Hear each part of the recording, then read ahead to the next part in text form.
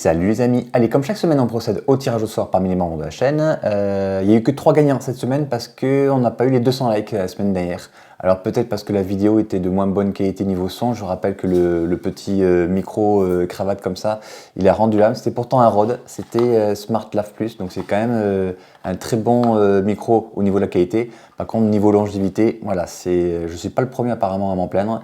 Donc il a fait ses 2 ans et demi et puis voilà, donc du coup ça ne passe plus en garantie. Donc je me suis racheté un DJI sans fil, on va voir ce que ça donne. Alors j'espère que ce sera une bonne qualité parce que vu le prix que ça a donné, donc d'ailleurs merci à tous ceux qui me soutiennent, c'est grâce à vous que je peux investir directement comme ça des gros achats dans la chaîne. Vous me direz du coup dans les commentaires si le son est toujours d'aussi bonne qualité. Cette semaine du coup c'est Démétrius, Alexandre B et Vincent Prudhomme. Chacun vous gagnez un booster ou 7 tokens de votre choix. Vous avez les liens vers les boosters et les tokens dans la description Facebook. Au moment où je vous parle, je pense que j'aurai reçu tous les tokens que j'ai commandés. Et comme d'habitude, pour m'écrire, c'est par Messenger ou Discord. Et donc on se retrouve pour la 4e ronde du tournoi de Toulouse à la boutique Fantasy Sphere. Donc à gauche Yoshimaru Bruce, donc blanc-rouge, qui pourra du coup jouer Blood Moon, et Raffine à droite. Et puis pas n'importe quel joueur, parce qu'on a Pierre Claveras, un squatter des top 8 du sud-ouest, et à droite on a Andy Surac, qui est un co-gérant de la boutique Relique, toujours à Toulouse. Je rappelle que c'est eux qui organisent le Relique Fest, où il y a à chaque fois plus de 300 joueurs, donc voilà, 2 gros joueurs. À gauche, on a une Mer des Runes qui a été jouée tour 1. Juste derrière, on a eu une fin prismatique jouée par Andy. Alors oui, ça fait très plaisir de filmer 2 joueurs comme ça, parce qu'ils vont très très vite, ils réfléchissent très vite. Donc pour le montage, moi c'est vraiment génial. Ils jouent de façon très correcte, mais tout en étant très rapide. Donc là où il n'a pas posé Yoshimaru tour 1, parce qu'il avait une Mer des Runes. En général, quand on a une Mer des Runes ou une donneuse de runes, on ne joue pas tour 1 Yoshimaru. Là, du coup, ça permet de le faire venir avec un marqueur +1/+1 grâce à la mine de Moria, et même un autre marqueur +1/+1 grâce à Ombrelance, qui elle aussi est légendaire.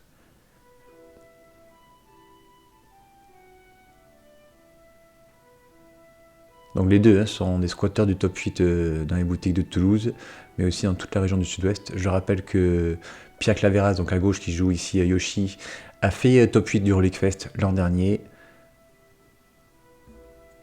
Donc je vous dis, c'est pas n'importe quel joueur qu'on a ici, et ça fait plaisir parce qu'il joue quand même les 2 decks les plus représentés de la méta. Chacun de ces deux decks était très joué au championnat de France. Allez, un esprit dévoué qui va permettre de les sauver en cas de vrasse. Et en face, on a un érudit Fairy qui est posé en flash.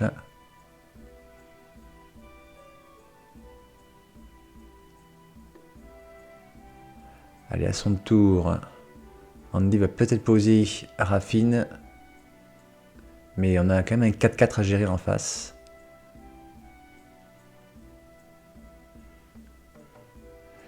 C'est peut-être assez compliqué comme ça, ouais, mais je les connais, ils sont tous les deux adeptes des beaux retournements de situation. Et je peux vous dire qu'en cette partie, vous allez forcément apprendre des choses. Allez, un filtre land pour Pierre, qui va vouloir équiper Ombrelance sur Yoshimaru. Pas de réponse de son adversaire. Allez, on tape pour 5 du coup. En lien de vie. Andy passe à 9, Pierre passe à 24. C'est une fin de tour.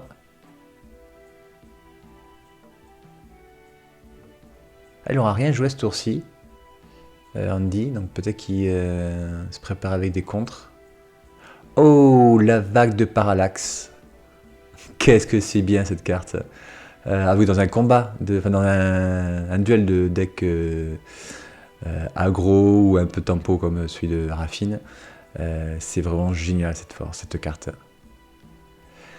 On va commencer par exiler le petit 2 à volant pour mettre 2 points en vol avec l'érudit Fairy. Pierre passe à 22. Alors Andy rajoute les points sur son petit calepin, mais sur le téléphone vous avez l'historique sur cette application, donc c'est vraiment génial. À droite et à gauche on a vraiment l'historique de tous les points qui ont été donnés, donc c'est vraiment génial pour savoir où est-ce qu'on est. Et vous avez le lien de l'application dans la description, c'est un joueur de Magic qui l'a créé d'ailleurs, Cyril U, qui habite à Nantes. Donc du coup, bien sûr, en phase d'attaque, ça a été exilé avec la vague de parallaxe. Pierre décide de le remettre dans sa zone et de le rejouer. Une épopée d'Urza, il lui reste encore un terrain et une solitude en main. Il va de suite équiper Yoshimaru avec Ombre Lance. Allez, la vague de parallaxe tombe à 2.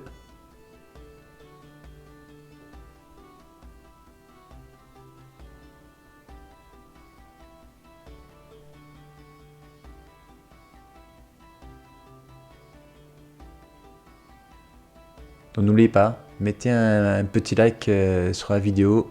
On fera du coup gagner 4 personnes la semaine prochaine s'il y a 200 likes sur chaque vidéo. Raffine, il attaque, il va conniver. Il va conniver bien sûr sur l'érudit Faerie. Mais je pense qu'il va commencer à pouvoir mettre des tartes, donc du coup je pense qu'il va défausser autre chose qu'un terrain. Voilà, une subtilité. Il va mettre un marqueur +1/+1 sur l'érudit. Il va faire tomber Pierre à 19. C'est une fin de tour pour lui. Il pioche, il annonce le trigger de Saga d'Urza. Ajoutez, au montage, ça a été vraiment un régal de filmer ces deux joueurs qui non seulement annoncent les cartes qu'ils jouent, pardon. Hop, une petite notification. Ouais, ils annoncent les cartes qu'ils jouent, ils annoncent les plays qu'ils font, donc franchement très très agréable de filmer ces deux joueurs.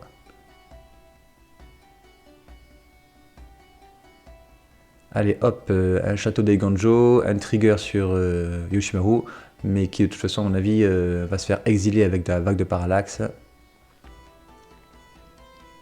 Voilà, c'est chose faite. Ce coup-ci, il va peut-être le laisser dessus, parce qu'il va quand même coûter 5. Il a 5 mana qu'il a peut-être envie de garder avec sa solitude. Le problème, c'est que la solitude ne pourra pas toucher Raffine, qui a parade 1, je le rappelle. Donc je pense qu'il fera juste un jeton construction ce tour-ci, et qu'à son tour, il prendra un mana à la phase de pioche avec la saga pour pouvoir jouer solitude. Allez hop, il n'y a plus de marqueur sur la vague de parallaxe. Donc au prochain tour, les créatures vont revenir.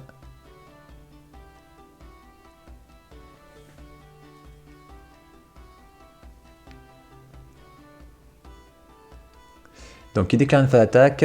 En réponse, Pierre annonce une solitude qui va vouloir cibler Raffine.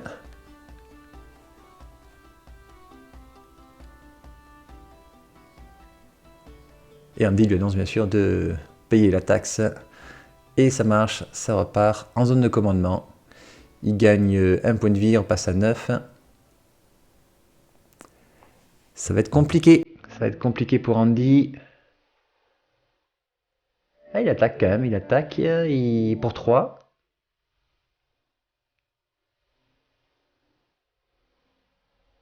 Ah, j'ai pas fait gaffe qu'il ait 6 terrains à Pierre, donc du coup il a pu payer la taxe de la parade. Allez, phase de pioche.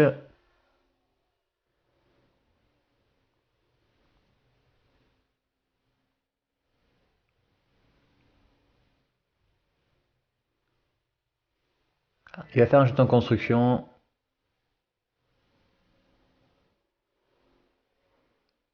Il va aller chercher un pince-crâne.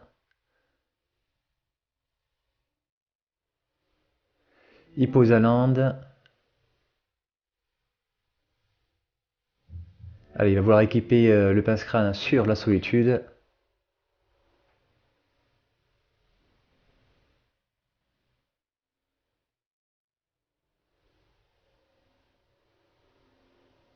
Il équipe ombre lance. Et bim. Ah, putain. En face, il y a aussi une solitude. Il était armé, Andy. Ah, je vous dis, ils sont spécialistes tous les deux des retournements de situation. Donc il va gagner quand même 5 points de vie, je crois. 1, 2, ouais, ça, 5 points de vie. Il va passer à 21. Mais la solitude est exilée. Et seconde phase principale, il va équiper la construction avec le passe-crâne.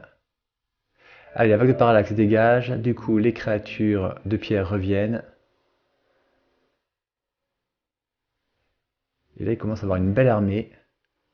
Samagas l'intrépide. Alors, qu'est-ce que c'est ça? Flash, quand tu es dans son champ de bataille, on peut choisir une. Oh, on peut choisir un permanent qui était mis au cimetière ce tour-ci. Il peut envoyer sa main, donc il va pouvoir renvoyer la vague de parallaxe. L'anneau nous tente. Ah, j'aime bien le principe d'Andy d'avoir mis une petite bague sur la créature qui porte l'anneau. Mais du coup, je suis en train de me rendre compte que avec la vague de parallaxe, vu que son adversaire ne joue pas de contre, il est tranquille.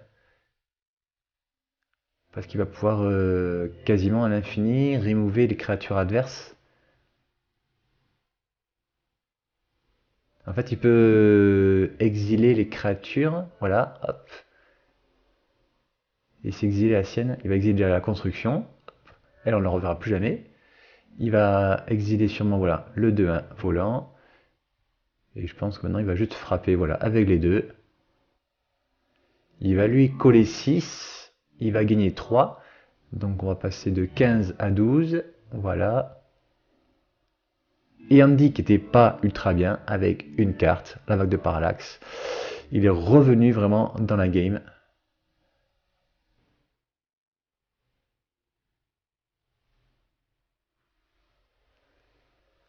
Rapier, il y a 2 terrains en main encore. Je sais pas ce que c'est sa troisième carte. Une carte de créature, j'arrive pas à voir ce que c'est. Il va équiper le passe-crâne sur Yoshimaru pour piocher 2 cartes, ouais, pour espérer piocher quelque chose de mieux. Non, Yoshi est mort 2 fois.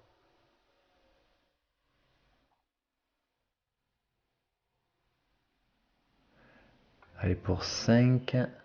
Ouais, voilà, hop. Il repose Yoshi, il pose une dalle de trocard, il y a un trigger sur Yoshimaru. Pour 1, il va équiper Yoshimaru avec le passe-crâne. Pour l'instant, ça dérange pas Andy.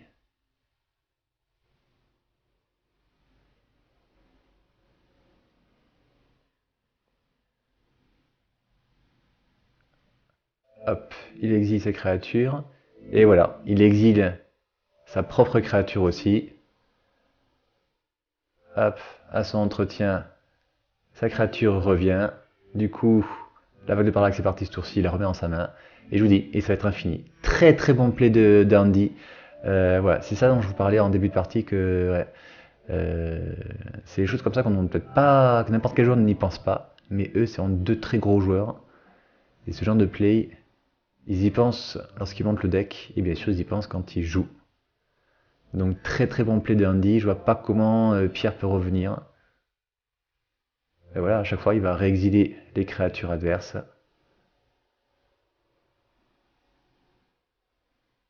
Et après il exilera sa propre Samsagas. Il remet 6, il passe à 9, il gagne 3, il passe à 15. Oh il est tranquille, là il est vraiment vraiment vraiment tranquille. Allez, phase de pioche de Pierre. Oh, il a encore pioché un terrain, allez, c'est pas la peine. Allez, hop.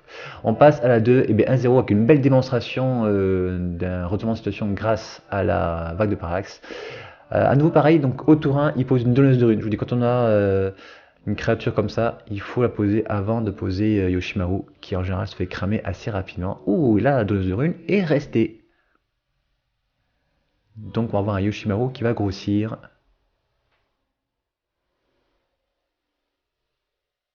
Donc il lance Yoshimaru, il fait une dîme de mana. Oui. Alors il pose pas son terrain avant parce qu'il a un terrain légendaire et que du coup là ben, on a envie de poser le terrain légendaire. Il arrive à engager son terrain légendaire, ouais.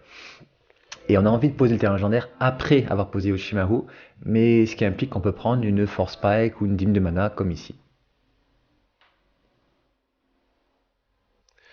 Un Rabland dégagé, donc ça veut dire j'ai un contre-sort. Ou deux anti-créatures aussi c'est possible. En tout cas, la dose de rune, ouais, elle aurait été très très forte si Yoshimaru avait été là. Mais la dîme de mana est arrivée au bon moment. Intalia. Eh oui, ça il faut contrer. Hein. Quand on joue un deck avec des contres, ça on n'a pas le choix. Allez, hop, encore un petit picou avec la donneuse de runes. Mais c'est un peu lent. On a un départ très très mou. Et du coup, ça permet à Andy de, dès le tour 3, poser Raffine. Et il fait bien.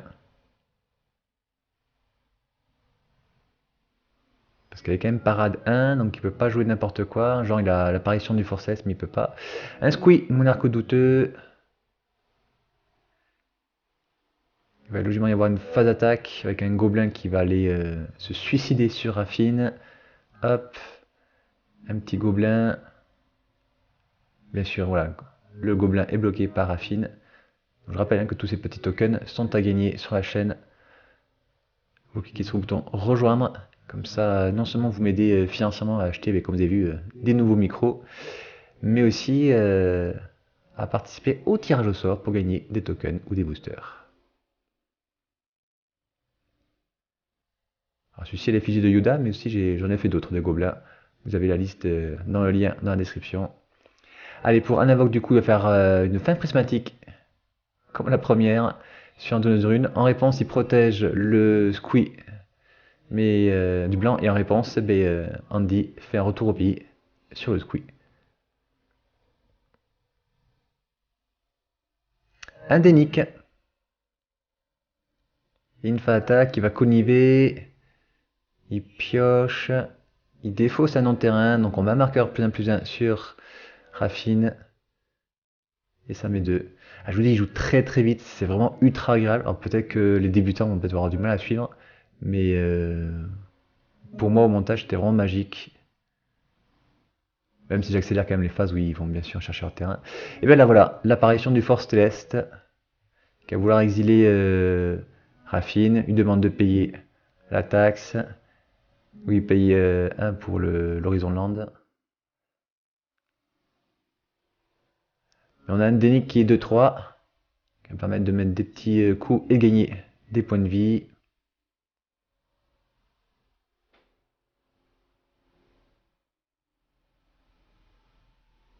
Allez, bim. On inverse les points de vie, c'est maintenant Andy qui est au-dessus.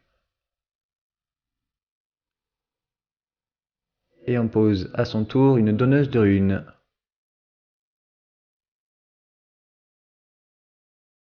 Et ça fait des belles games de Magic comme on aime. Des créatures qui se battent. Là, il n'y a pas de combo.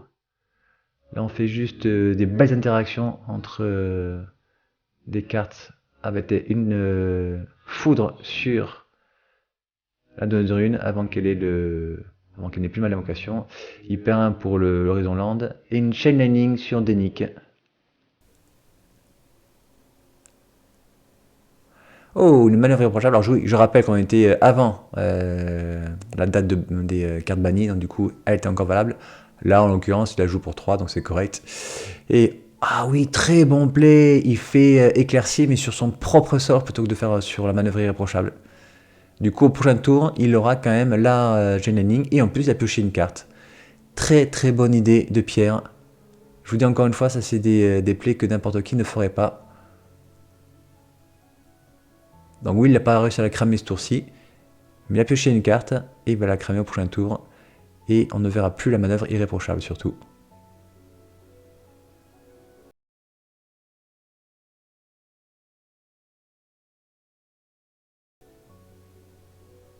Ah, c'est quand on voit des beaux jeux comme ça qu'on apprend. Et bien, du coup, la Chain Lightning, elle va sur Denick. La Sentinelle d'Or Soleil. Il va exiler Denick. Il va mettre 2 avec l'apparition du Force Céleste. Non, mais elle est magnifique cette partie. Ouais. Ah, c'est un régal de voir autant d'interactions entre les deux joueurs. Allez, il perd 1 avec son terrain. Il fait une Mystique Forge de Pierre. Allez, c'est là. Il va chercher une Ombre Lance. Fin de tour, il y a un Commando Qatar. Ah, mais je vous dis, là, il a la réponse pour le Commando Qatar. Il a la réponse pour le Ombre Lance. Très belles interactions dans cette partie. Ça fait plaisir à voir. En revanche, il peut pas se permettre d'attaquer, il peut pas se permettre de bloquer, il va poser Raffine, voilà, il va dire juste 20 tours. Il veut pas perdre son commando Qatar parce que l'ombre lance donne le piétinement. Et +1/+1, il n'a pas spécialement envie de voir la 3-2 là, passer 4-3, piétinement, lien de vie.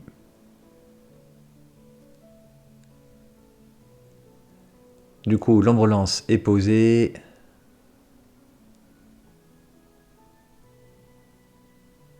Pour 2, il va équiper. Oui, je m'en doutais bien que ce serait sur celle-ci.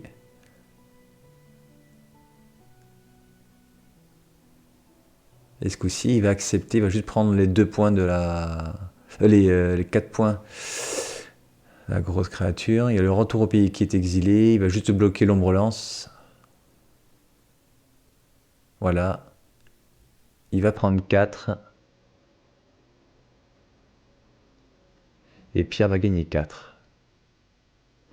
Voilà, et on s'occupera au prochain tour de l'ombre lance en sacrifiant le commando Qatar. C'est le meilleur play, je pense, à faire. Mais malgré tout, il est pas bien. Ah oui, alors pour une fois que ce terrain il sert, là, il va pouvoir payer 2 et piocher une carte parce qu'il attaque avec 2 créatures. Moi personnellement, j'aime pas vraiment ce terrain. Tu nous diras, Pierre, si tu auras la vidéo, qu'est-ce que t'en as pensé. Je l'ai eu testé, j'ai trouvé ça. Voilà. C'est trop souvent que ça arrive engagé, je trouve. En fait, en première main, quand tu l'as, tu peux pas poser ton Yoshimaru ou ton. Quand je joue moi Isamaru ou Taya, ben, parfois, voilà. Il arrive engagé, c'est un peu pénible. Allez, il attaque avec les 2 créatures, il va sacrifier bien sûr le commando Qatar pour casser l'ombre lance. Et c'est Raffine quand même qui va mettre 2 en vol. Le score est très serré. Ouh, c'est risqué ça par contre. L'exploratrice est guérie. Il entre dans les souterrains, il va chercher un terrain de base qu'il met dans sa main. Mais du coup, ouais, il y a 3 créatures en face. Je pense qu'il va se permettre d'attaquer pour pouvoir récupérer l'initiative.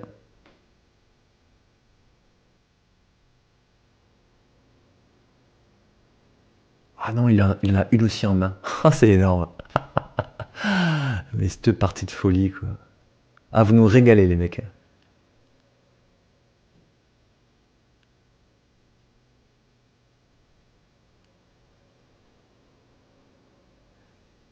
Ah oui, il le joue, ouais, normal, normal. Ah ouais. Hop là, donc pour 4. Et hop là, il récupère l'initiative. Il va chercher un terrain de base. Il va le poser.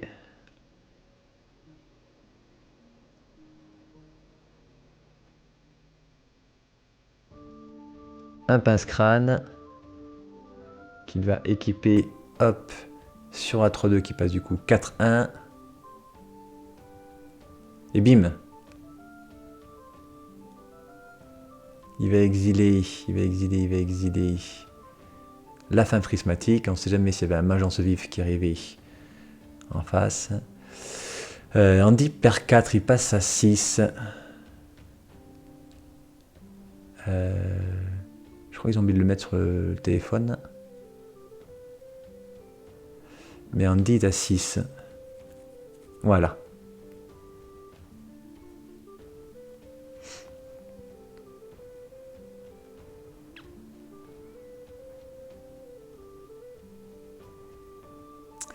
Donc là, il peut récupérer l'initiative, Andy. Il attaque, il connive sur... Ah non, non, d'abord il fait l'exploration sur l'exploratrice. Et ensuite il connive sur Raffine. Donc il fait d'abord l'exploration, hop. Le maître de la mort qui va partir au cimetière, il va mettre un marqueur +1/+1 sur l'exploratrice, qui passe 4-5. Et après, hop, il y a le trigger de Raffine. Il défausse 2 landes. Donc pas de marqueur. Il y a 6 points qui passent. Il récupère l'initiative. Donc au choix, il va pouvoir mettre des marqueurs. Mais c'est pas la bonne chose. Là, il faut chercher des solutions. Il va faire le scry, je pense. Ouais, là, je pense qu'il a la recherche de solutions. Donc scry. Oh, il est déjà fait une sorte de scry 2 avec Raffine. Il avait mis 2 cartes au cimetière, les 2 passent en dessous, donc il cherche vraiment une bonne carte. Il pose un land. Pour 3, il défausse son triome. Ah, je vous dis, ça joue très très bien, ça cherche des solutions, ça cherche des solutions. Il faut un toxique déluge là. Il n'y a que ça qui peut le sauver, je pense. Eh ben non, il ne l'aura pas eu. Allez, on passe directement à la 3. Superbe seconde partie. Un mulligan ici pour Pierre.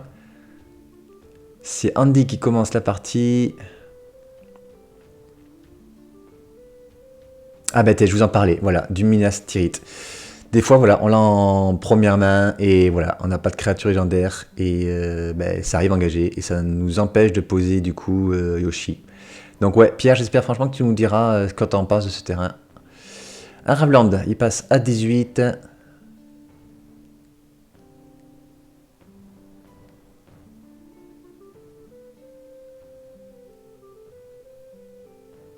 Donc là, ça fait vraiment plaisir de voir ces 2 jeux qui sont très représentés dans le format. Une sanctificatrice en Vec.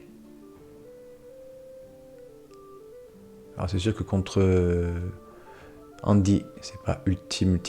Fin de tour, Andy a joué en flash un commando Qatar.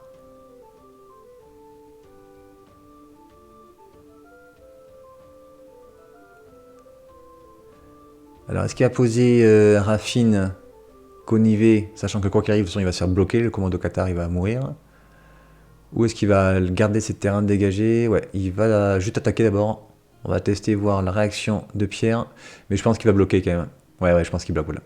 C'est le mieux à faire. Il y a une qui tape à 3 quand même. Allez, derrière, on prend un 3e terrain.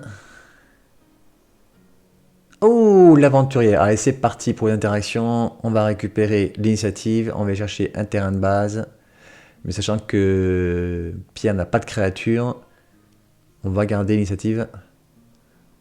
Ah, il change de terrain. Il pose plutôt une épopée d'Urza. Ah, qu'est-ce que j'aime cette carte, la barrage automatique. Et bien justement, en plus, j'ai découvert cette carte pendant ce tournoi. Et du coup, de suite, j'en ai commandé 5 ou 6 pour la rentrer dans tous mes decks. C'est vraiment génial. Ça colle 1 ou ça colle 5 à une créature blanche ou bleue et c'est incontrable. Ouais, donc l'initiative, il ne peut pas mettre de marqueur +1/+1 jusqu'à une créature. C'est sur une créature ciblée. Donc il ne peut pas faire ce chemin-là. Il faut qu'il fasse le chemin avec le Scry 2. Ouais, je vous dis, hein, certains ils vont apprendre des choses. Ouais. Allez, hop, une plaine. Il va falloir poser une créature pour conserver l'initiative. Pose Raffine, très bon choix, c'est parade 1. Un peu plus délicat à tuer. On pioche, on trigger. Je vous dis, franchement, les 2 joueurs annoncent bien leur trigger. C'est tellement agréable de voir une partie comme ça.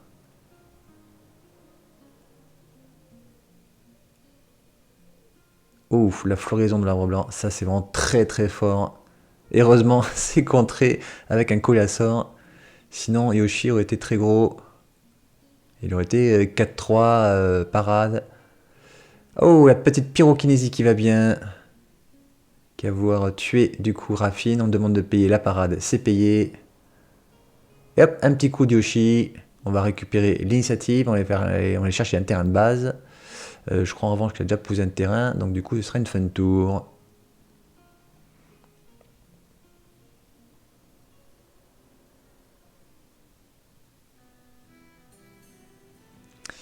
Une vue prismatique pour Andy.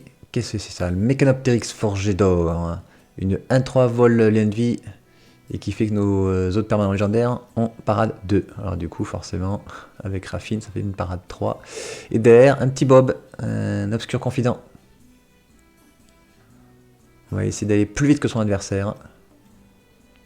Allez, du coup, à l'entretien, hop, on a l'initiative. On met donc du coup 2 marqueurs sur le petit Yoshimaru. Un trigger pour l'épopée d'Urza. Je pense qu'il a dû prendre un mana, même s'il n'a pas engagé, il a dû le dire. Voilà, et donc pour 5, qu'est-ce qu'il va jouer? Une solitude. Une solitude mais qui va exiler justement, je pense, la créature blanche, là, ouais, qui fait parade. Il gagne un point de vie. Il attaque avec Yoshi qui est quand même 3-3.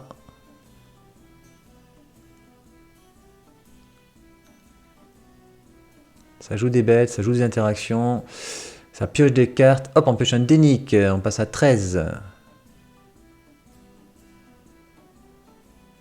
On pioche la carte de pioche. Beaucoup de cartes en main, Andy, mais il faut trouver de quoi optimiser au maximum son mana. On pose un Dénic.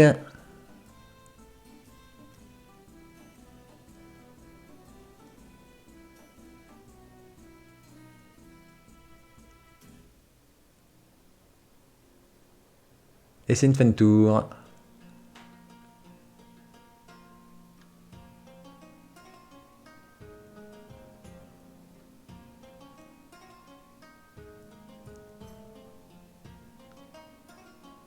Une ombre lance qui est contrée avec un faux pas mental.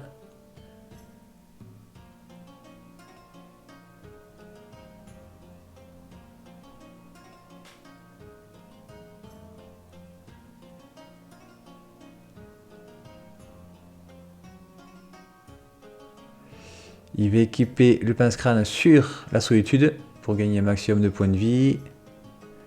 On va avoir une phase d'attaque avec les deux. Ouais, là Andy réfléchit parce qu'il a bien tué Oshimaru.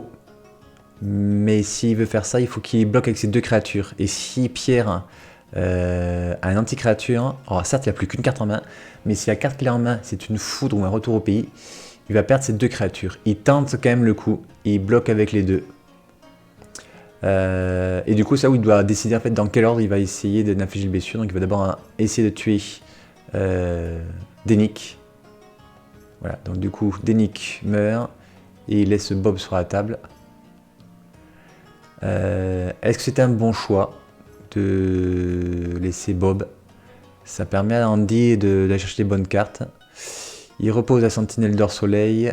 Il va exiler, enfin il va vouloir exiler Dénic, mais il va être contré avec une déconcentration de la part d'Andy.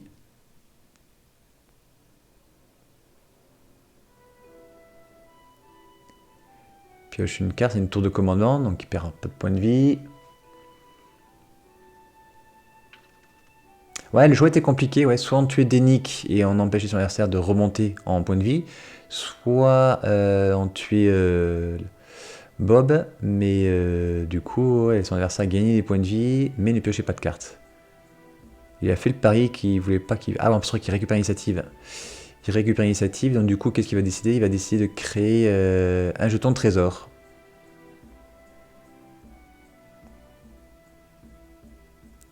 Et pour 4... Et du coup, vu que Dénic n'a pas été exilé, vu que ça a été contré, la créature adverse, il va pouvoir jouer Dénic flippé. Quand même une 3 de vol.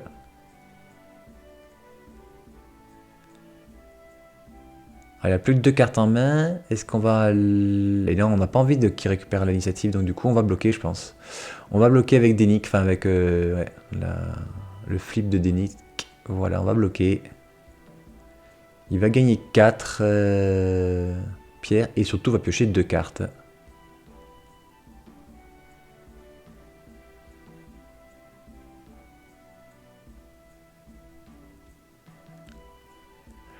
Une vue prismatique, une apparition de force céleste. Une déférence. Et oui, le problème c'est qu'il a pioché beaucoup de cartes avec Bob et que du coup, ben voilà, il a de quoi gérer. Mais les K10, il peut mourir sur Bob. Il va créer un jeton squelette 4-1. Ah, Pierre, il l'a le Pierre, voilà. Un petit jeton squelette 4-1 menace.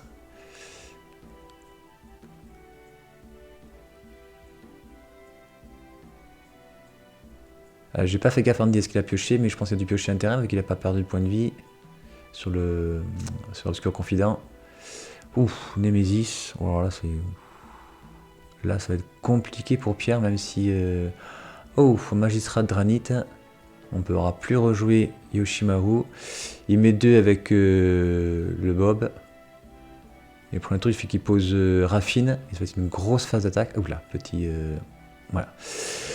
La prochaine phase d'attaque avec Nemesis qui va être boosté par les points de Raffine. Ça fera 1, 2, 3, 4. Ah, il abandonne. Il avait une intrépide. Ouais, ça aurait pas suffi. Ça aurait pas suffi, je pense. Ouais. Très très belle partie avec beaucoup d'interaction. Merci à vous deux, franchement. On se retrouvera bientôt à Toulouse. Il me semble que c'est le 10 septembre, le prochain tournoi d'ailleurs, à Fantasy Sphere toujours. Merci à tous ceux qui me soutiennent. Franchement, merci beaucoup parce que c'est grâce à vous que j'ai pu m'acheter un nouveau micro en espérant d'ailleurs qu'il soit de bonne qualité. Et on se retrouve la semaine prochaine. N'oubliez pas de liker la vidéo et comme ça, vous aurez 4 gagnants. À bientôt. Bye bye.